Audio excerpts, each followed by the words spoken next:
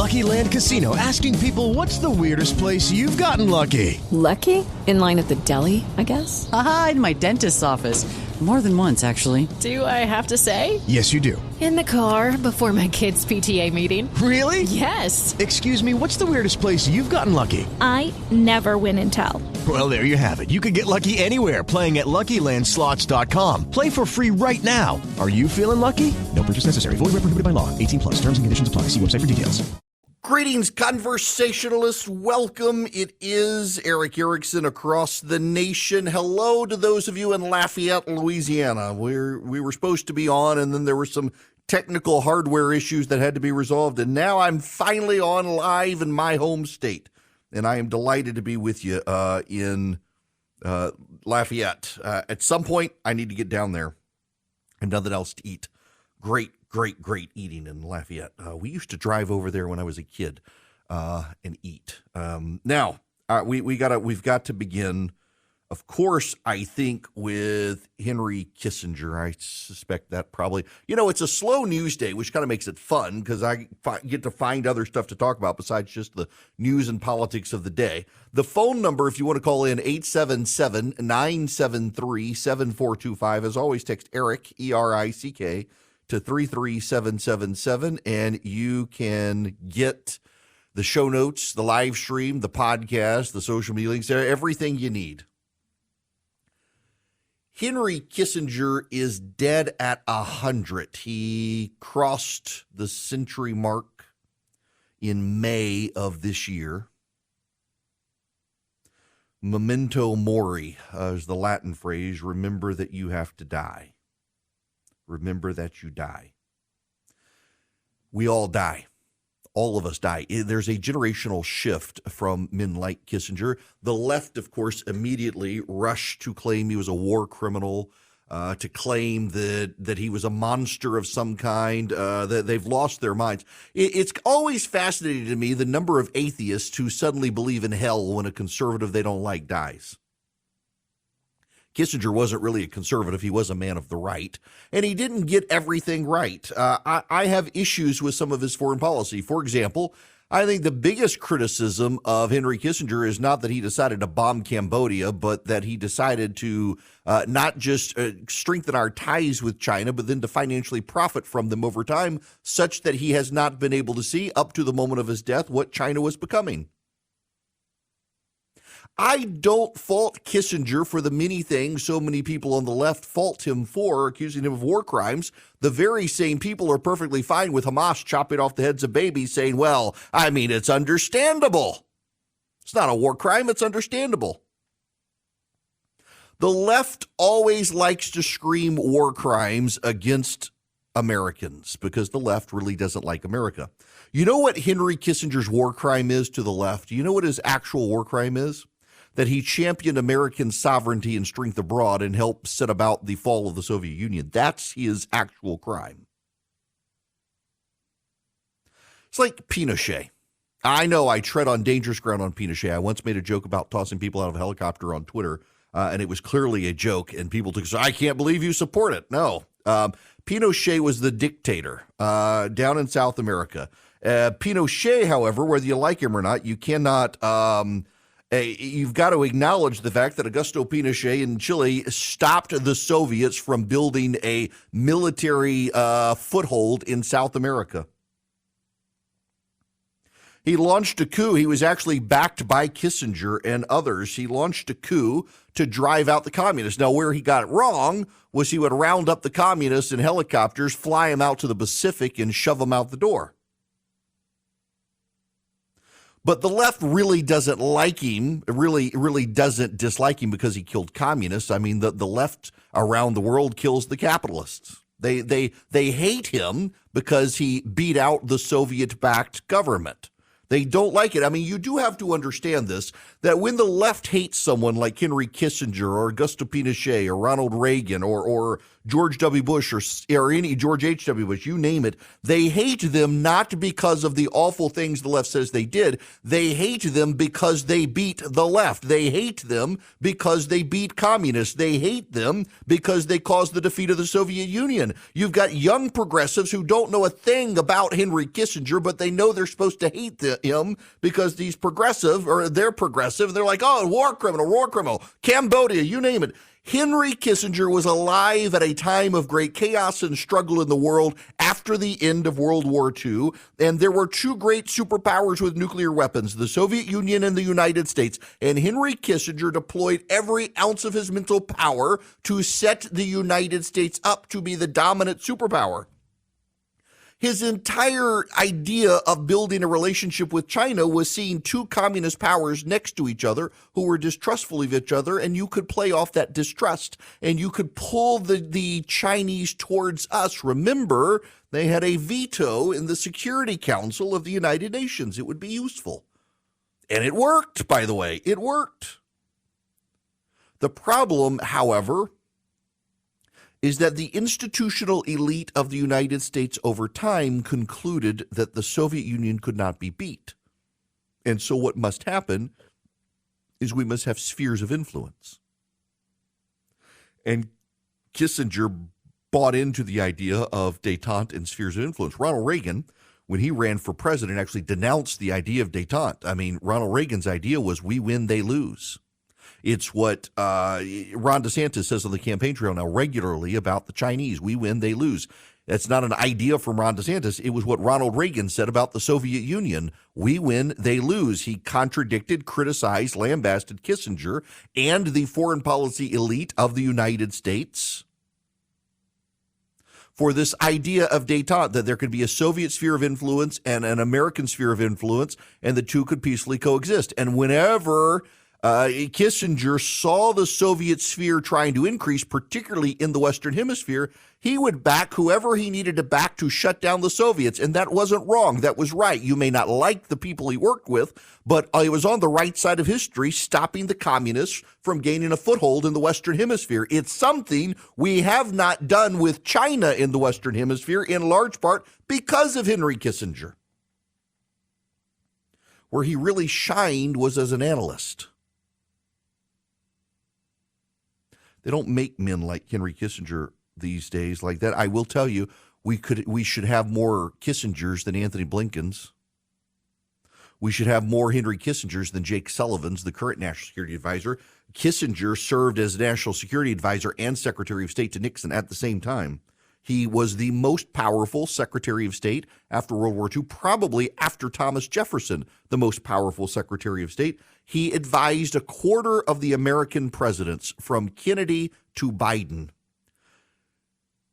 It is a feather in his cap that Barack Obama hated him. Barack Obama believed so much of world chaos that we dealt with today came from Kissinger. Actually, it didn't, except for the fact that the Soviet Union fell and many of the regimes that the Soviets propped up had to fend for themselves. That's why Barack Obama did not like Henry Kissinger, because Henry Kissinger advanced American interests successfully enough that we were able to bring down the Soviet Union. For all the people who hang up on his détente strategy, that was the prevailing sentiment across the globe in the 1970s. It took Reagan to challenge it. And what happened? Henry Kissinger ultimately got on board.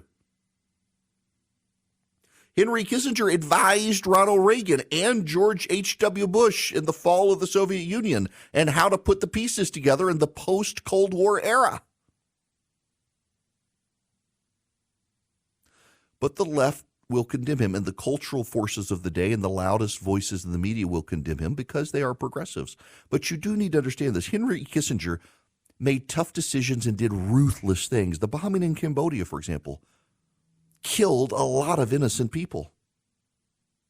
The Vietnamese, the Viet Cong, the communists moved into Cambodia and were using eastern Cambodia as a launch pad to attack American operations in southern Vietnam. Kissinger had it carpet bombed. He's ordered the military to blow up anything that moved or flew, and they did. Men, women, children, it was awful. And you can judge it and say, well, that's a war crime. That's what the left likes to say. It was a war crime. You can also say he did the ruthless things that needed to be done to fight communists. And see, the left is fine.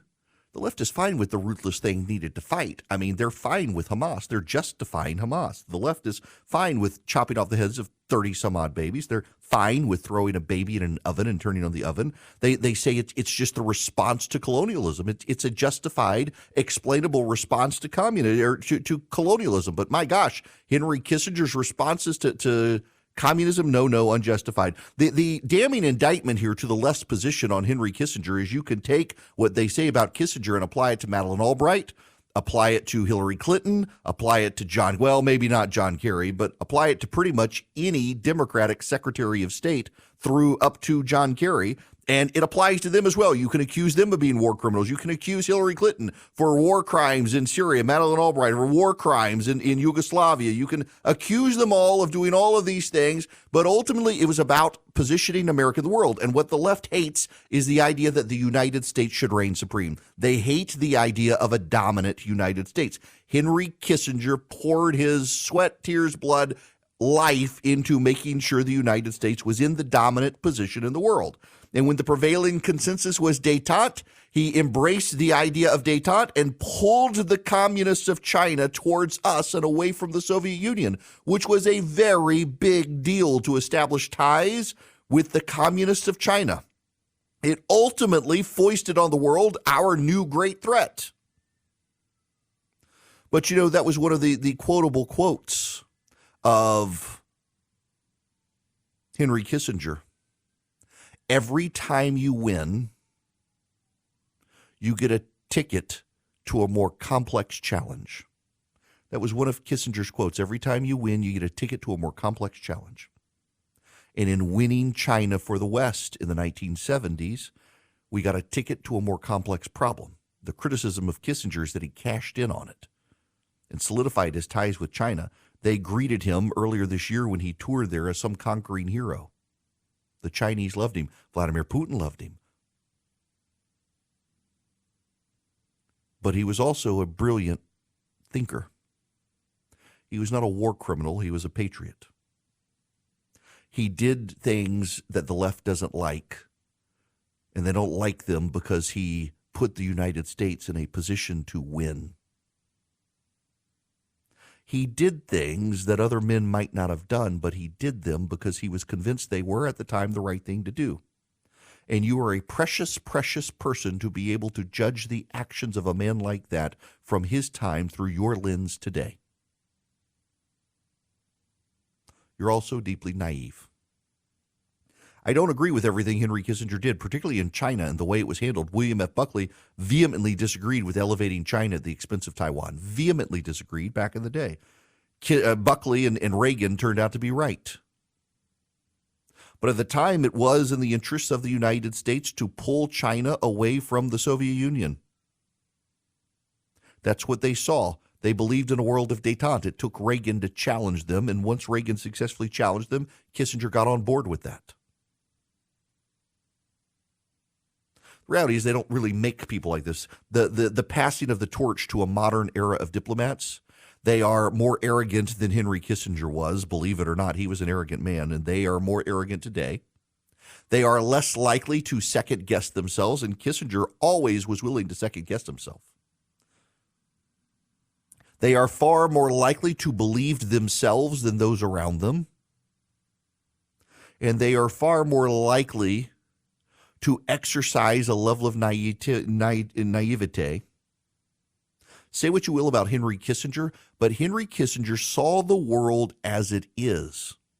The modern diplomatic corps filled with progressives sees the world as some sort of ideal, not as it is, but as they hope it would be. And they operate from the standpoint of as they hope it would be.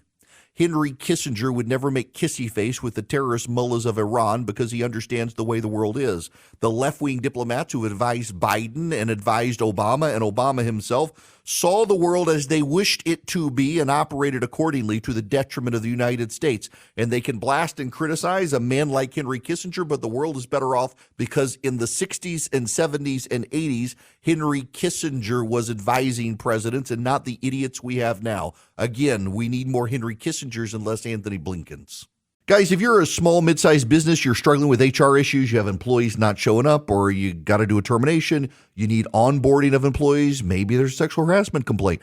You want an HR manager. You don't want to be the bad guy with your employees. Bambee can play the role of HR for you. $99 a month, available by phone, email, real-time chat. They do onboardings, terminations. They help your team members get to peak performance, and your business stays compliant with changing HR regulations, regardless of which state. They're great. Now, they're U.S.-based. You got somebody to talk to who's dedicated to your team. They give you access to HR expertise, and they add personal touches. So even though they're outsourced by your company, they really feel like they're a part of your team. That matters. Go to Bambee.com right now. Type in Eric Erickson under podcast. When you sign up, it'll help my show. Bambee.com, Bambee.com, Bambee.com, Eric Erickson in the podcast tab. Hello there. Welcome. It is Eric Erickson. The phone number, 877-973-7425. Actually, you can't call at this moment. The phone lines have not yet been opened. We're having to get a backup call screener. My call screener, who actually is my producer, got the flu and texted me last night and says, I don't know what's happened. I'm feeling really sick. I've got a real high fever and I'm nauseous and I'm going to bed. I think I got COVID or the flu. It's like, dude, that is 100% the flu. Go get Tamiflu as quick as you can. So hopefully he'll be back on his feet next week. But geez, it's going around. By the way, let me pause what I was going to do and just give you a public service announcement. Y'all, the flu really is going around bad. I got my flu shot, and I've mentioned before I used to not be an advocate of the flu shot, and I am a huge advocate of the flu shot, having gotten a horrible case a number of years ago, and ever since getting my flu shot. And in my house, it's kind of mandatory in my house with my wife having stage 4 lung cancer. We all kind of have to get the flu shot, and I was one of those people who was convinced that every time I got the flu shot, I got the flu. And finally, my doctor was like, well, there are people who can react like it's a 24-hour thing. But also, if you've gotten the flu after the flu shot, it's because you were exposed to the flu within 2 weeks before getting the flu shot. So get the flu shot and not get the flu unless you've been exposed to people with the flu. Now we all get the flu shot at my house. And we do it to keep my wife safe more than anything. Although I mentioned this to my wife this morning. She said, you know what? I haven't gotten my flu shot yet. Everybody else in the house has gotten the flu shot. It's like, sweetheart, you need to go get the flu shot because you're the one who will get waylaid bad with the flu because you're the one with lung cancer. So she will go get her flu shot expeditiously. But seriously, it is going around so bad.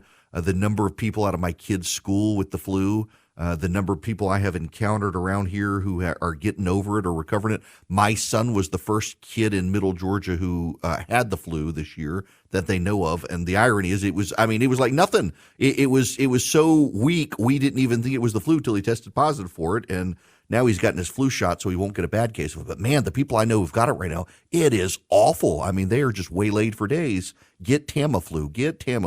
That suddenly cuts it out.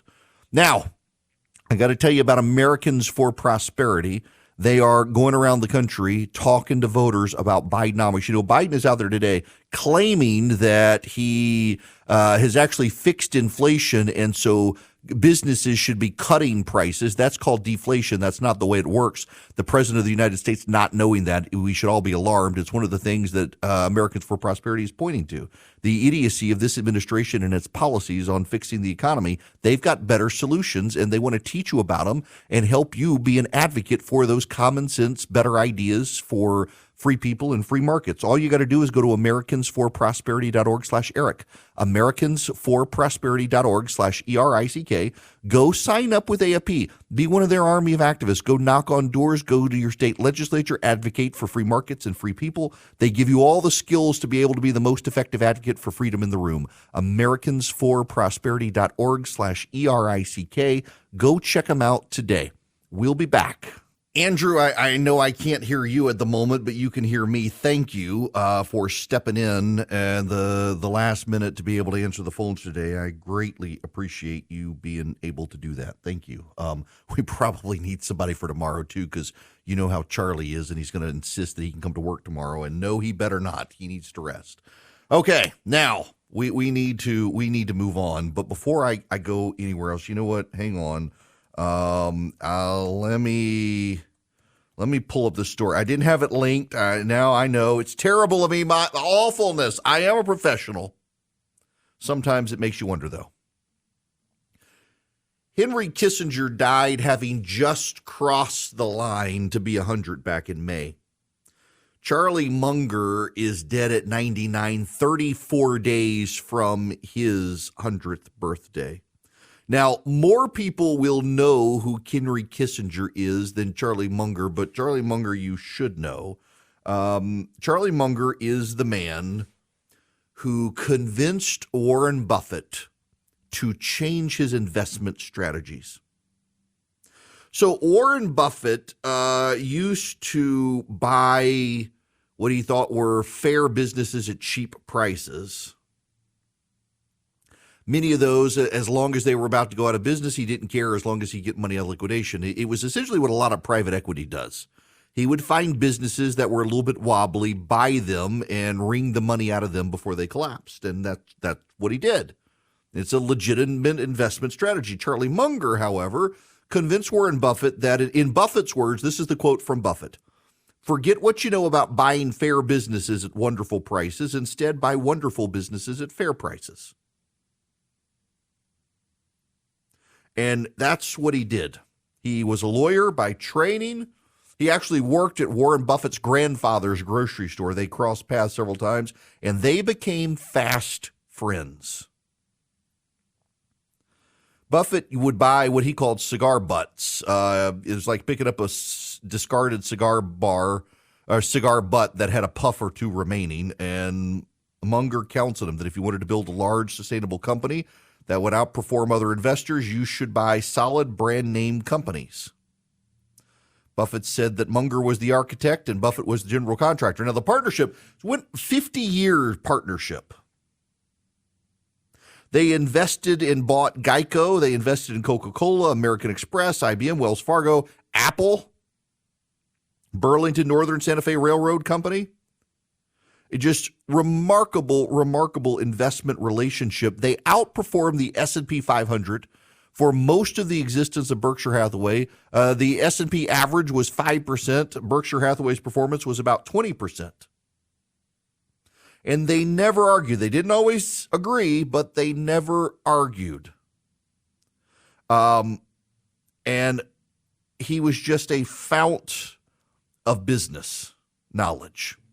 In fact, Charlie Munger's greatest business advice was that profit is not made in the buying and the selling, but in the waiting. He was patient. And he also was just he was a fount of just quotable wisdom. The trouble with making pronouncements, he would say, is people gradually begin to think they know something. It's much better to think you're ignorant. If people weren't so often wrong, we wouldn't be so rich. His hiring policy was trust first, ability second. Let me say something about this with Charlie Munger. So he's born in Omaha, Nebraska, January 1st, 1924. Served in World War II in Alaska. Talked his way into Harvard Law School without a college degree and graduated magna cum laude. Married twice, divorced his first wife. His life was kind of falling apart. Met his second wife. He one time asked who in the world he was most grateful for, and he said his second wife's first husband, because of that man's defects, he was able to enjoy her companionship for more than 50 years. Loved his second wife. And by the way, had an amazing work ethic. Up until like a week before he died, he was still working, like nonstop working. One of the writers of the Wall Street Journal interviewed him a couple of months before he died, went out to Los Angeles to meet with him, and was there the entire day. And Charlie Munger was a late night guy. Makes me feel good because, you know the saying, the early bird gets the worm. I know all these people, they get up early. They're up at 5 a.m. They're at the gym doing burpees by 6 a.m. Gosh, dude, I hate people like that. As an aside, I just don't like early. I don't trust them. There's something psychopathic about early birds. You get up at 4 or 5 o'clock in the morning and you're going and do weightlifting and burpees at 5 o'clock in the morning. There is something where you have bodies buried under rose bushes in your backyard. I'm pretty convinced. Charlie Munger was a late night owl like me. He slept in, was a little groggy in the morning, but by noon he was firing on all cylinders, and he would be up until midnight, 1 o'clock in the morning working, even at 99 years old. It's remarkable. He was just a fount of wisdom. But look, I want to say something about this. This is my concern with a lot of modern America, and it goes to Charlie Munger's work ethic. He believed that when you hired people, you've got to find people first you can trust, and then people who are able. Don't go with ability over trust. Go with trust over ability. Ability can be taught. Can't. And he and Berkshire Hathaway and his work ethic, they valued kind of common sense. So one of the ethics of Charlie Munger that he inspired Warren Buffett to was invest in what you know. If you can't explain it, don't invest in it. He was deeply, deeply critical of cryptocurrency. He called it crypto crap at one point, and then crypto, the S word, on CNBC. They had to bleep him out. He says nobody really understands it. National currency is actually one of the greatest gifts on the planet. It has provided stability and wealth accumulation. And cryptocurrency, you can't really own it. You don't really know who owns it. You don't really know who's backing it. It's really a scam. It's a Ponzi scheme. Deeply critical of. Now, I've got friends who vehemently disagree with Charlie Munger, but I will go with him.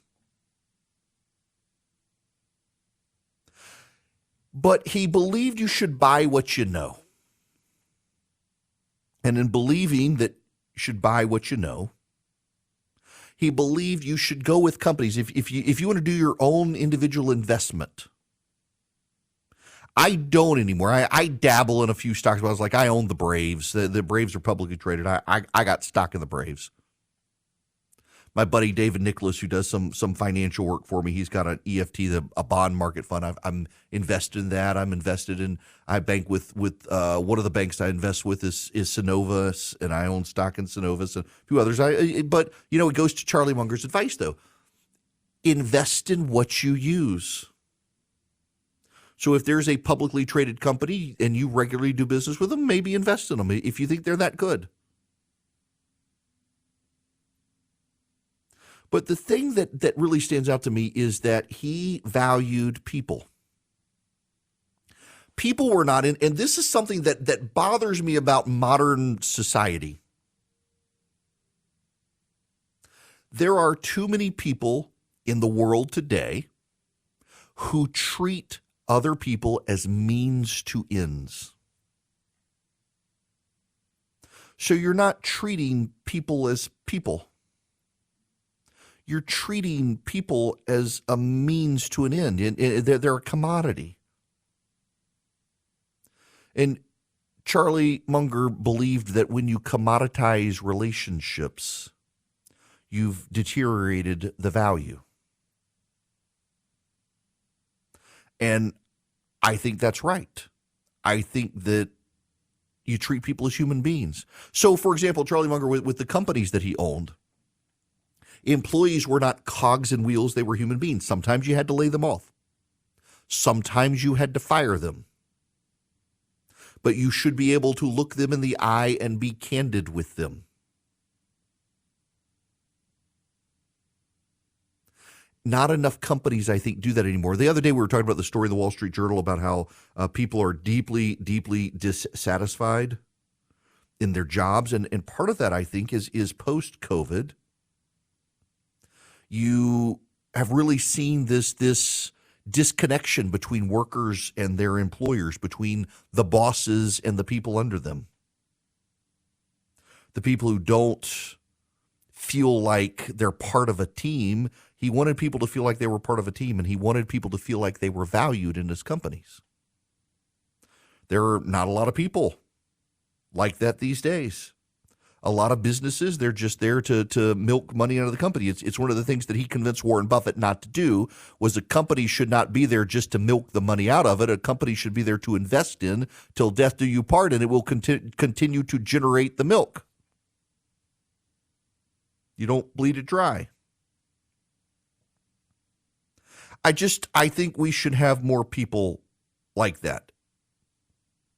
I think we should have employers who are like that, who take care of their employees, who understand that the value of the business actually comes from the people who work in the business, not necessarily the product generated. I mean, obviously it's the product that's generated that's sold, but it is the people who make the product who you couldn't make the product but for those people. So take care of those people, treat them well. You can't always keep them. Sometimes you have to lay them off. Sometimes you have to fire them, but you don't have to treat them as just some cog in the wheel, as some part of your business. They're a human being. Don't commoditize them. And that was something from Charlie Munger. And now he's dead at 99. The people who have listened to him have turned businesses into just wealth. He generated a lot of wealth. And, like with Kissinger dying, the left hates Charlie Munger because, one, he was a Republican. Though he was a Planned Parenthood donor, he was a Republican.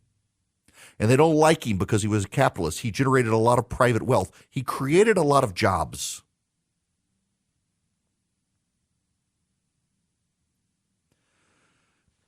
He was a smart man, probably ahead of his time. Let me read you this from his obit in the Wall Street Journal. Munger never stopped preaching old-fashioned virtues. Two of his favorite words were assiduity and equanimity. He liked the first, he said in a speech in 2007, because it means sit down on your butt until you do it. He often said that the key to investing success was doing nothing for years, even decades, waiting to buy with aggression when bargains finally materialized. He liked the second because it reflected his philosophy of investing in life. Every investor, Munger said frequently, should be able to react with equanimity to a 50% loss in the stock market every few decades. Munger retained a sense of humor into his 90s, even though he was nearly blind, could barely walk, and his beloved wife Nancy died years earlier. Around 2016, an acquaintance asked which person in a long life he felt most grateful to. My second wife's first husband, Munger said. I had the ungrudging love of this magnificent woman for 60 years simply by being a somewhat less awful husband than he was. We've lost two giants in about 48 hours, Kissinger in statecraft and Munger in business. We need more Charlie Mungers and less Larry Finks of BlackRock. We need more Henry Kissingers and less Anthony Blinkens at the State Department. We need more people who are not transactional in their relationships, but have real relationships, and more people who understand the value of America and the world. They are definitely, both of them, going to be missed for different reasons, perhaps, but men of a different age, they don't make them like that anymore. Speaking of investing, Swiss America wants to help you protect your hard-earned assets as the government and companies try this all-out assault on our freedoms with a secret war on cash, trying to get you to use plastic and all things so they can monitor and see and control.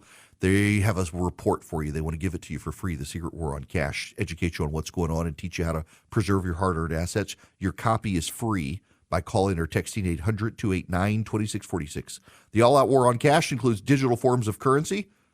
It's spreading daily. You can read the report, The Secret War on Cash, free. All you do is you call or text 800-289-2646, and you mention my name, Eric Erickson. If you text, just text my name, Eric Erickson. They'll send you a link back.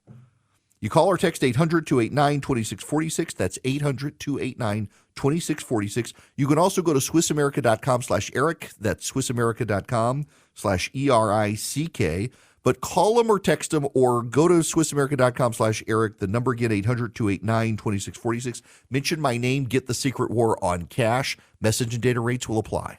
Hello there. Welcome. It is Eric Erickson here. The phone number, 877-973-7425. The Frost family at First Liberty Building and Loan asked me to wish you a Merry Christmas on their behalf.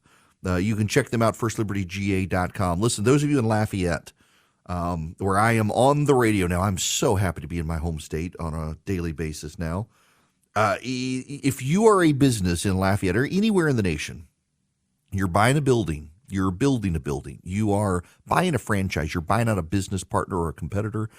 That's the sort of deals First Liberty does, and they are so ready to talk to you. You can go to firstlibertyga.com, firstlibertyga.com, spend 10 minutes with them, see if they're a fit for you, you're a fit for them. They're great people. And really, they didn't want me to tell you any of that. They just wanted me to tell you Merry Christmas. Now, let me talk to Greg real quick before I get to commercial break. Greg, welcome to the show. How are you? Good. How are you doing? Good. What's going on? Well, I just got a question. I was thumbing through the TV the other day, and I heard the tail end of someone, if the president declares martial law, that our presidential elections change. Is that the same thing if they declare war? Do we still get to vote this guy out?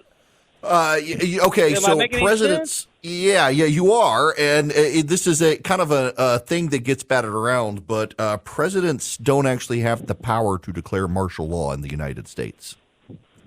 They can try, but it's not constitutionally a power that they have to a degree. They can't suspend an election. You can't just buy. Now, there are extraordinary times, like, for example, in New York City, on 9/11, it was election day, and Rudy Giuliani had to suspend the elections and have them rescheduled for a couple of weeks later. And things like that can happen, but it takes a court order in order to be able to go along with doing something like that for extraordinary events. The president of the United States cannot just say, I'm imposing martial law and I'm ending elections. There are countries where that's possible, but not in this country.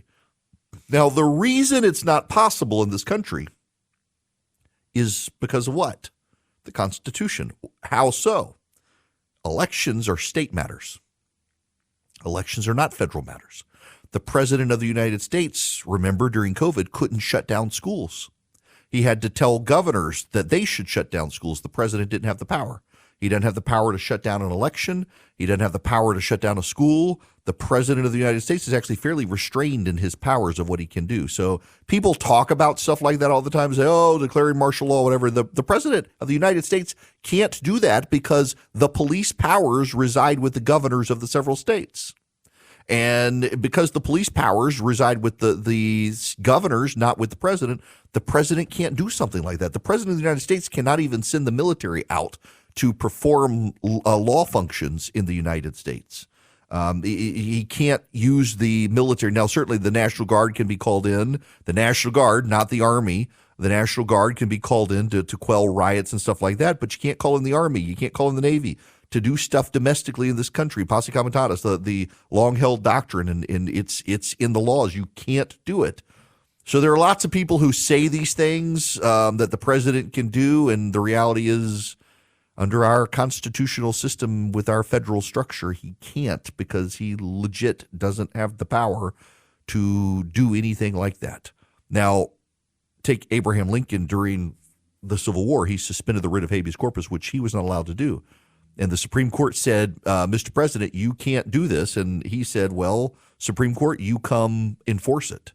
And at the time, they had no ability to do that. And now, after that, Congress gave the Supreme Court federal marshals who can enforce them. So, I mean, they've restrained the president further. Even Abraham Lincoln couldn't have done it a second time. He would have gotten arrested by the federal marshals. So, yeah, it doesn't work that way, despite what people say. But a lot of people say a lot of things that are not true because it sounds good and whips people into a frenzy. When we come back, we got to talk about Hamas. They've broken the ceasefire today in Jerusalem. They've killed 2 people, and now they're saying, no, ceasefire. We want a ceasefire.